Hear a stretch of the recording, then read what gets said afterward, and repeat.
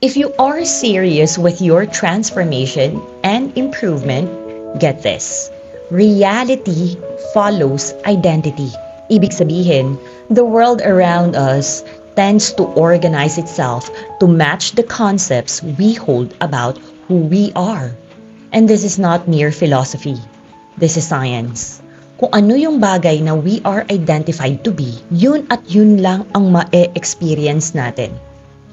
Ibig sabihin, if you identify yourself as masakitin, poor, hindi blessed, mataba, pangit, vice versa, you will experience that identity. And that is why ang daming gustong baguhin yung kanilang mga sarili from losing weight to becoming a healthier version of themselves, yet hindi nila magawa-gawa.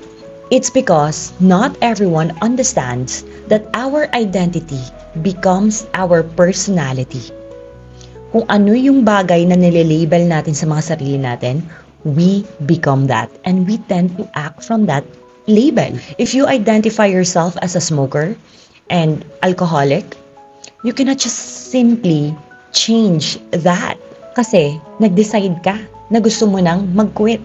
The only way to get out from that toxic cycle is to start re-identifying yourself to be someone that is healthy. Kasi ang taong healthy, they don't smoke. They're no alcoholic. Ang taong fit, lean, toned, and firm, they observe intermittent fasting. They do physical activities. And they are serious about their eating habits. So as long as you can't re-identify yourself, change will never be possible. Your reality always and forever will follow your identity. When you shift your identity, mapapansin mo your selective attention changes.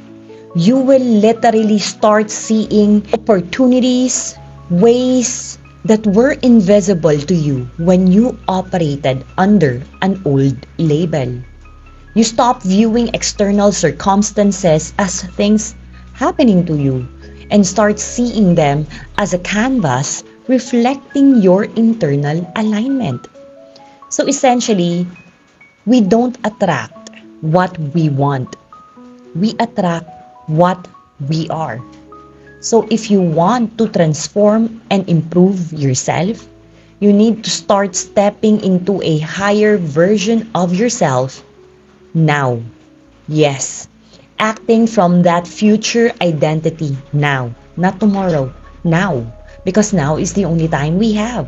Kasi hindi mag-change ang physical reality kung yung external shift ay hindi pa nangyayari. This is Coach E of Rooted Wellness. Much love, Carpe Diem, Namaste, Hirayo Manawari. Have a great and pleasant day ahead.